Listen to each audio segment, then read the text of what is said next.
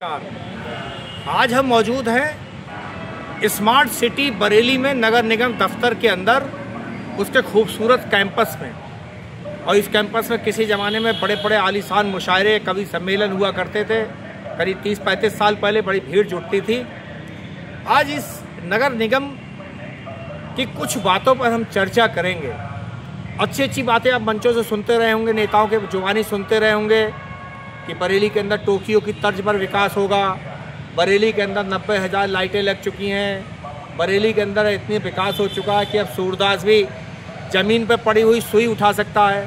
ऐसी बातें इस नगर निगम के बारे में बहुत बड़े बड़े मंचों पर बड़े बड़े जिम्मेदार लोगों ने की थी। और बड़े बड़े लखनऊ से आने वाले नेताओं के सामने भी बातें नगर निगम के बारे में बहुत अच्छा क्लीन रिपोर्ट कार्ड पेश किया जाता रहा था। लेकिन हम आंखों देखी हुई कुछ तस्वीरें, कुछ यादें इस मतलब से आपके सामने पेश कर रहे हैं जो बीते दिनों घटित हुई थी।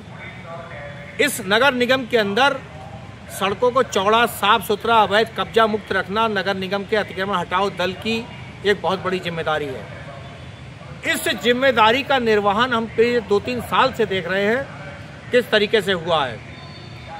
एक वो दिन हमें याद है कि नगर निगम के अतिक्रमण हटाओ दस्ते ने सुबह सुबह तड़के उस लोधी बस्ती पर, जिसके लोग आंख मूंद कर एक राजनीतिक दल विशेष को वोट देते हैं और खुद को फॉलोअर कहते हुए उस दल विशेष का, राष्ट्रवादी दल विचारधारा का होने का दम्भ भरते हैं, दावा करते हैं, उस बस्ती के अंदर लोधी राजपूतों के ठेलों पर जिसमें पहिए लगे थे और मजदूरी के लिए निकलने वाले थे, उनके ठेले ध्वस्त कर दिए गए जेसीबी मशीन से। उसी जेसीबी मशीन से बीसलपुर चौराहे पुलिस चौकी से बराबर में ठेले फल वालों के हटाए गए, तोड़े गए, ध्वस्त कर दिए गए थे। और कई जगह पर रसीदें काटी जाती हैं, नगद पैसा मांगा जाता है, उसके बदले में एक रसीद दी जाती है। उसको उस प्रक्रिया को लेकर तमाम सवाल उठते रहे हैं कि आखिर जब डिजिटल इंडिया की बात हो रही है, प्रधानमंत्री जी डिजिटल ट्रांजैक्शन की बात कर रहे हैं, तो फिर पेनाल्टी रसीद के जरिए नगद पैसा गिन के क्यों ली जाती है? ऑनलाइन QR कोड के माध्यम से पेनाल्टी क्यों नहीं ली जाती? आखिर वो पैसा वास्तव में जमा होता है, नहीं होता? तमाम तरीके की बातें इस बारे में बहुत सारी होती रही हैं, हम भी सुनते रहे। लेकिन हम किसी विरोध की बात नहीं कर रहे, हम ये भी पुष्टि नहीं कर रहे कि बेईमानी हो रही है। लेकिन ईमानदारी से QR कोड के माध्यम से पेनाल्टी का पैसा लिया जाए तो लोगों को सवाल करने का, तरह तरह की बातें करने का मौका शायद नहीं मिलेगा, जो अब तक नहीं हो पाया। अतिक्रमण की ही बात की जाए तो जिला अस्पताल रोड पर कई बार ठेले वालों को, फल वालों को, चप्पल वालों को, रेडीमेड गारमेंट वालों को दौड़ाया गया, सामान जब्त किए गए, चेतावनियां दी गई। ये प्रक्रिया दर्जनों बार हो चुकी है। लेकिन इसी बरेली स्मार्ट सिटी के अंदर हनुमान मंदिर सिविल लाइन के ठीक सामने एक चाट का ठेला लगता है। उसके ब्रांड का नाम हम नहीं लेंगे, रोजाना देख सकते हैं। बहुत अतिक्रमण हटाओ अभियान आए गए, चले गए, लोगों के पक्के निर्माण भी तोड़ दिए गए अतिक्रमण के नाम पर। लेकिन उस 4 पहिए वाले ठेले को आज तक कोई अतिक्रमण हटाओ अभियान टच से मस नहीं कर पाया। ऐसे ही चर्च गेट के सामने अतिक्रमण की बात हुई, जहाँ फूड प्लाजा लगता है। प्रभा टाकेज के बराबर जहाँ पार्किंग की जगह है, वहाँ पर आज भी वहाँ खान पान के ठेले लगते हैं। किसकी साय पे लगते हैं, कौन लगवाता है, क्या साठगांठ है, हमें उसकी चर्चा करने की ज़रूरत नहीं, ये सारा बरेली जान गया है।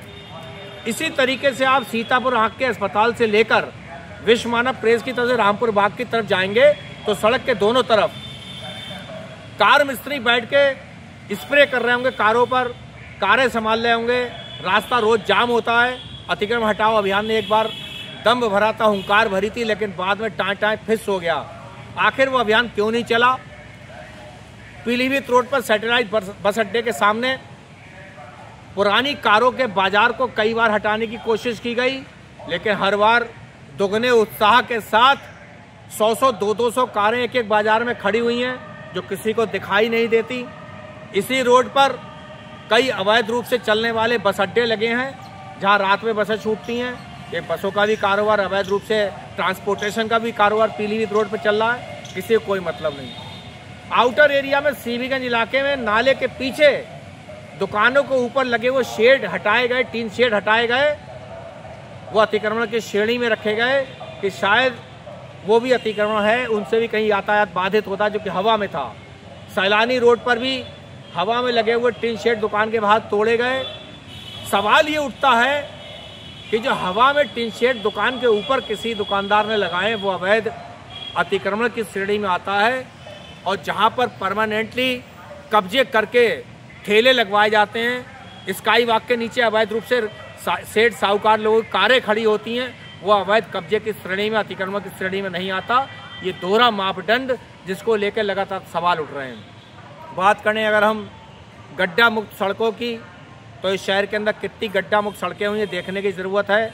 तो आप सिटी स्टेशन के गेट के पास देखाइए, उधड़ी पड़ी है पूरी सड़क, बाईं तरफ नालियाँ नहीं हैं। पूछो तो कहा जाएगा कि लोक निर्माण विभाग का काम है।